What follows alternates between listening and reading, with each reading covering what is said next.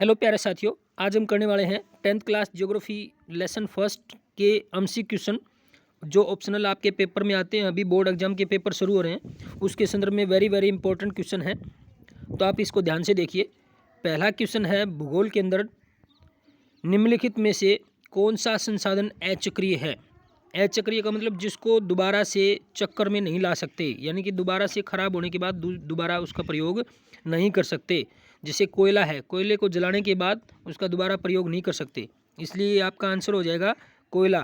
और बाकी है लोहेस्क है, कॉपर है, सोना है। इसको हम अगर लोहे से कोई डब्बा बनाएं या कॉपर तांबा जिसे बोलते हैं सोने के आभूषण बनाएं तो उसको पिघलाकर दोबारा बनाया जा सकता है, लेकिन कोयले को जलाकर दोबारा तैयार नहीं किया जा सकता, दोबारा कोयला प्राप्त नहीं किया जा सकता। इसलिए आपका आंसर हो जाएगा ऑप्शन ए कोयला। अगला क्वेश्चन है आपका कि जीवाश्म ईंधन निम्नलिखित में से किस प्रकार के संसाधनों के उदाहरण हैं। संसाधन जो मानव अपने इस्तेमाल के प्रयोग में लाता है वो संसाधन किस प्रकार का है। जो जीवाश्म ईंधन है, जीवाश्म ईंधन का मतलब जो जीवों से प्राप्त हुआ है, जैसे कि पेट्रोलियम है, कोयला है, तो ये एक प्रकार का अनवीनीकरणीय है। अनवीनीकरण का मतलब जिसको नया नहीं बना सकते, जिसको बार बार प्रयोग में नहीं लाया जा सकता। तो जीवाश्म ईंधन जो कोयला है और पेट्रोलियम है वो अनवीनीकरण साधन है, इसलिए आपका आंसर हो जाएगा डी अनवीनीकरणीय। इससे अगला क्वेश्चन है अपना, भारत ने किस पंचवर्षीय योजना से संसाधन योजना के लक्ष्यों को प्राप्त करने के लिए ठोस प्रयास किए गए हैं। जो संसाधन योजना है, जो हमारे जितने भी संसाधन हैं, जैसे कि भू संसाधन, जल संसाधन, इन के लिए ठोस जो प्रयास किए हैं वह कौन सी पंचवर्षीय योजना में शामिल किए गए हैं। तो वह किए गए हैं आपके पहली पंचवर्षीय योजना में। ये पंचवर्षीय योजनाएं भारत सरकार के द्वारा चलाई जाती हैं, जिसके अंदर अलग अलग लक्ष्य निर्धारित किए जाते हैं। किसी में कृषि को निर्धारित किया जाता है, किसी में किसी प्रदेश की, जैसे कि पहाड़ी क्षेत्रों के लिए या मरुस्थलीय क्षेत्रों के लिए पंचवर्षीय योजनाएं बनाई जाती हैं। उसी प्रकार संसाधनों के लिए जो ठोस लक्ष्य अपनाए गए थे वो पहली पंचवर्षीय योजना में थे। उससे अगला का क्वेश्चन है कि जीवन की निरंतर गुणवत्ता और शांति के लिए आवश्यक है, क्या आवश्यक है, वो आपका अगले पार्ट में है कि संसाधनों का उपयोग करना, क्या जीवन के संसाधनों का जितना उपयोग करेंगे क्या उससे गुणवत्ता बढ़ेगी या वैश्विक शांति आएगी। गुणवत्ता तो बढ़ेगी लेकिन विश्व में संसाधनों शांति नहीं आ सकती। इसलिए संसाधनों का अगर समान वितरण हो, जितने भी संसाधन हैं लगभग हर देश के पास वो संसाधन मिल जाएं तो विश्व में शांति आ सकती है। इसलिए आपका अगला क्वेश्चन इसका आंसर हो जाएगा डी ऑप्शन, कि अगर संसाधनों का एक समान वितरण हो, सबके पास बराबर मात्रा में अगर संसाधन हो तो कोई भी देश किसी के लिए लड़ाई नहीं करेगा। बहुत से अभी जैसे कि रूस के द्वारा जो आक्रमण किया गया यूक्रेन में, तो यूक्रेन में बहुत सारे खनिज संसाधन हैं, उनके ऊपर भी आक्रमण हुआ है, वो भी एक कारण बना है विश्व अशांति का। और भी बहुत सारे देश जो आपस में लड़ाई कर रहे हैं, वो भी संसाधनों का वितरण जहाँ जहाँ पे संसाधन हैं उनके लिए लड़ाई चल रही है। आपका अगला क्वेश्चन है कि भूमंडलीय तापन, आपने खूब सुना होगा। भूमंडलीय तापन मतलब क्या होता है, जो भूमि गर्म हो रही है जिसको हम ग्लोबल वार्मिंग के नाम से जानते हैं वो, और पर्यावरण प्रदूषण जैसे वैश्विक पूरे संसार भर में पारिस्थितिकी की जो हमारा पारिस्थितिकी तंत्र है, एनवायरनमेंट है, पर्यावरण है, और मनुष्य या जीव जंतु इसमें रहते हैं, उसका एक तंत्र है, उसको पारिस्थितिकी तंत्र कहते हैं। उसके लिए मुख्य कारण क्या है कि पृथ्वी गर्म हो रही है और प्रदूषण फैल रहा है। तो आपको सबको पता होना चाहिए संसाधनों का अंधाधुंध शोषण, जो हम संसाधन प्रयोग करते हैं वो अंधाधुंध तरीके से, जैसे कि डीजल है, पेट्रोल है, बहुत ज़्यादा मात्रा में कोयला जलाया जा रहा है, उससे प्रदूषण फैल रहा है और पृथ्वी का ताप अधिक बढ़ता जा रहा है, ग्लोबल वार्मिंग होती जा रही है। तो आपका आंसर हो जाएगा सी। इससे अगला क्वेश्चन है आपका, निम्नलिखित में से कौन सा मानव निर्मित संसाधन है। दो प्रकार के संसाधन होते हैं, एक तो प्राकृतिक संसाधन, एक मानव निर्मित या जिसको हम कृत्रिम संसाधन भी कहते हैं।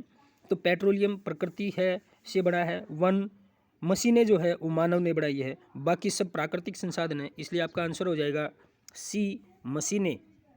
उससे आगे आपका क्वेश्चन है 7 का क्वेश्चन, गांधी जी के अनुसार निम्न में से कौन सा वैश्विक स्तर पर संसाधन की कमी का मूल कारण है? कि महात्मा गांधी जी ने कहा था कि वैश्विक स्तर पर पूरे संसार भर में जो संसाधनों की कमी हो रही है, कहीं पर संसाधन जो है कम होते जा रहे हैं, उसका मूल कारण क्या है? सबसे जो गांधी जी ने कहा था उसका मूल कारण जो बताया उन्होंने, वो क्या बताया कि लालची और स्वार्थी व्यक्ति तथा आधुनिक प्रौद्योगिकी की शोषणात्मक प्रवृत्ति के कारण। आधुनिक प्रौद्योगिकी मतलब आजकल जो मशीनें बढ़ रही हैं जिनसे बहुत ज़्यादा मात्रा में उत्पादन हो रहा है, वो संसाधनों का अत्यधिक अंधाधुंध तरीके से शोषण कर रहे हैं, इसलिए आपका आंसर ये हो जाएगा लालची और स्वार्थी व्यक्ति और आधुनिक प्रौद्योगिकी के कारण इस पूरे संसार भर में क्या हो रहा है, संसाधनों में कमी आ रही है। उससे अगला क्वेश्चन जो है, भारत में इनमें से किस क्षेत्र में खनिज और जीवाश्म ईंधन के समृद्ध भंडार हैं? जीवाश्म ईंधन जो जीवों से प्राप्त हुआ है या जो खनिज हैं जैसे कि लोहा है, तांबा है, ये भारत के अंदर किस जगह पर सबसे ज़्यादा मात्रा में मिलने की संभावना है? तो ये जो हमारा दक्षिण में पठार पड़ता है, दक्षिण पठार बोलते हैं, पठारी इलाके में, वहाँ पर बहुत ज़्यादा मात्रा में संसाधन जीवाश्म ईंधन और खनिज मिलने की संभावना है, इसलिए आपका आंसर हो जाएगा पठार। उससे अगला क्वेश्चन है आपका कि हमारे देश में जंगलों वनों के लिए कितना वांछित क्षेत्र है? कि भारत के अंदर वांछित क्षेत्र मतलब जिस जगह पर जंगल लगाने के लिए जगह निर्धारित की गई है वो कितना प्रतिशत है? तो इसका आंसर हो जाएगा डी ऑप्शन, 33% जो है भारत के अंदर जंगलों के लिए वांछित क्षेत्र है। उसके बाद अगला क्वेश्चन है आपका, संसाधनों को उनकी उत्पत्ति के आधार पर कैसे वर्गीकृत किया जा सकता है? उत्पत्ति के आधार पर यानी कि किस आधार पर, कहाँ कहाँ से वो मिल रहे हैं हमें? तो हमें संसाधन दो चीज़ों से मिलते हैं, एक तो होता है जो जीवों से मिला और एक जो जीवों से नहीं मिला। इस प्रकार आपका आंसर हो जाएगा ए ऑप्शन, जैविक और अजैविक आधार के ऊपर हम संसाधनों को दो भागों में उत्पत्ति के आधार पर बांट सकते हैं कि जैविक और अजैविक।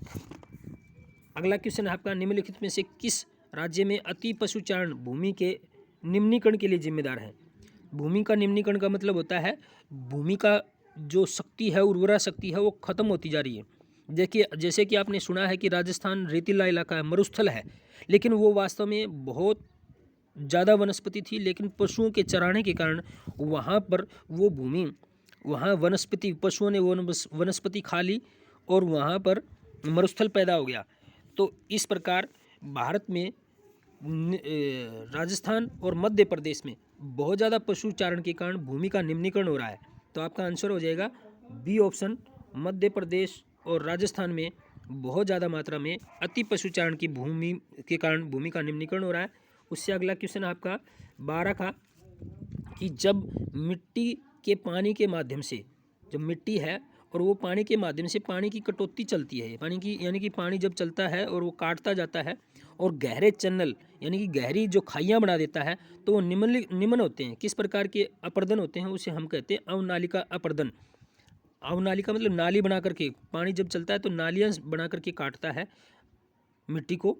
तो आपका आंसर हो जाएगा अवनालिका अपर्दन। उससे अगला क्वेश्चन है आपका 13 का कि निम्नलिखित में से कौन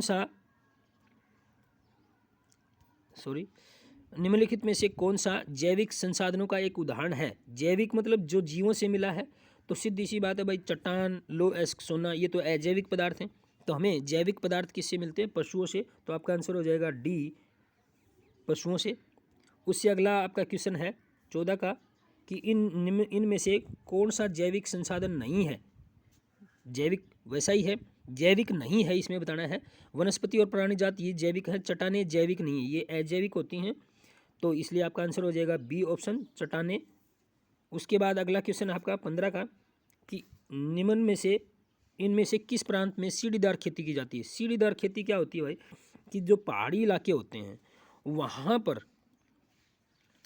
पहाड़ों को काट काट करके, क्योंकि सीधे मैदान है नहीं, पहाड़ों पे खेती करना आसान नहीं है, इसलिए एक सीढ़ियाँ बना के खेती की जाती है। तो जहाँ पहाड़ी क्षेत्र ज़्यादा है वहाँ पर सीढ़ीदार खेती की जाती है। तो उत्तरांचल में बाकी राज्यों की बजाय पंजाब हरियाणा उत्तर प्रदेश की बजाय ज़्यादा पहाड़ी क्षेत्र है, तो इसलिए जो सीढ़ीदार खेती की जाती है वो आपका आंसर हो जाएगा उत्तरांचल। उसके बाद अगला क्वेश्चन है आपका 16 का, इसमें है निम्नलिखित में से कौन सी मृदा भारत के सबसे विस्तृत क्षेत्र में और भारत के लिए अति महत्वपूर्ण मिट्टी है, तो वो है लेटराइट मिट्टी। इसमें आंसर आया नहीं है, आप इसको देख लेना। अगला है कौन सा शीत मरुस्थल बाकी देशों की अपेक्षाकृत अलग है। शीत मरुस्थल का मतलब क्या होता है? मरुस्थल का मतलब होता है जहाँ पे वनस्पति ना हो, पेड़ पौधे ना हो। तो लेह, कारगिल, लद्दाख और द्रास, यहाँ ये क्षेत्र जो हैं वो उनमें से जो लद्दाख है वो अलग प्रकार का इन बाकी शीत मरुस्थल से अलग है। तो आपका आंसर हो जाएगा सी ऑप्शन, लद्दाख जो है वो बाकी जो मरुस्थल हैं उनकी अपेक्षा अलग है। अगला क्वेश्चन है आपका, पंजाब में भूमि निम्नीकरण का निम्नलिखित में से मुख्य कारण क्या है। भूमि निम्नीकरण बार बार बताया, भूमि की जो उर्वरा शक्ति है उसमें कमी आना या भूमि की गुणवत्ता में कमी होना क्या कहलाता है? भू निम्नीकरण कहलाता है। तो पंजाब के अंदर भूमि खराब होती जा रही है और वो सबसे बड़ा कारण क्या है कि पंजाब में बहुत ज़्यादा मात्रा में सिंचाई की जाती है, सिंचाई से लवणों की मात्रा बढ़ जाती है जिसके कारण भूमि में उर्वरता शक्ति कम हो जाती है, भूमि खराब हो जाती है। तो आपका आंसर हो जाएगा अधिक सिंचाई के कारण पंजाब में भूमि निम्नीकरण हो रहा है, पृथ्वी का क्या हो रहा है? निम्नीकरण हो रहा है, पृथ्वी भूमि खराब होती जा रही है। अगला क्वेश्चन है आपका, संसाधन जो एक क्षेत्र में पाए जाते हैं लेकिन उनका उपयोग नहीं होता कहलाते हैं। यानी कि मान लो किसी क्षेत्र में है, आपके क्षेत्र में है, कोई संसाधन मिल रहा है लेकिन उसका प्रयोग नहीं कर रहे, लेकिन है तो सही, तो उसको हम कहेंगे संभाव्य संसाधन, लेकिन यानी कि संभावना है आगे आने वाले समय में उसका प्रयोग कर सकते हैं। तो एक ऐसा क्षेत्र जहाँ पर संसाधन तो है लेकिन उनका उपयोग नहीं हो रहा है उसको हम संभाव्य संसाधन कहते हैं। तो आपका आंसर ये हो गया। अगला है क्वेश्चन आपका, इनमें से कौन सा एक संसाधन नवीनीकरण संसाधन है। नवीनीकरण बार बार बताया, जिसको हम एक बार प्रयोग करने के बाद भी वो हमें मिलता रहे। तो खनिज तेल है, जैसे कि पेट्रोल डीजल है, ये नवीनीकरण नहीं है क्योंकि इसको एक बार प्रयोग करने के बाद ये काफ़ी लंबे समय में बढ़ता है। कोयला है, ये भी नहीं है। गैस है, ये भी नहीं है। तो ज्वारीय ऊर्जा, जो समुद्रों में ज्वार भाटा उठते हैं उससे जो हमें ऊर्जा प्राप्त होती है वो एक नवीनीकरण संसाधन है। यानी कि ज्वार भाटा हमेशा बढ़ते रहेंगे और हमें उससे ऊर्जा मिलती रहेगी, इसलिए आपका आंसर हो जाएगा ज्वारीय ऊर्जा। उससे अगला क्वेश्चन है आपका, लास्ट है क्वेश्चन है इस पाठ का। आगे आने वाले समय में आगे हर पाठ के एमसी क्वेश्चन इस चैनल पर करवाएंगे, इसलिए इस चैनल को सब्सक्राइब अवश्य कर ले और बेल आइकन का बटन दबा लें ताकि अभी बोर्ड एग्जाम में आपको अच्छे मार्क्स मिले, क्योंकि ऑप्शनल टाइप क्वेश्चन जल्दी होते हैं और नंबर भी अच्छे आते हैं। अत्यधिक निक्षालन द्वारा बनी मिट्टी है। निक्षालन का मतलब जो जमा होती रहती है उसे क्या कहते हैं? निक्षालन कहते हैं। तो आपका आंसर हो जाएगा निक्षालन। लैटराइट जो मिट्टी है वो निक्षालन से बनी है। तो इस वीडियो को देखने के लिए बहुत बहुत धन्यवाद। Thank you very much. अगली वीडियो में फिर उपस्थित होंगे।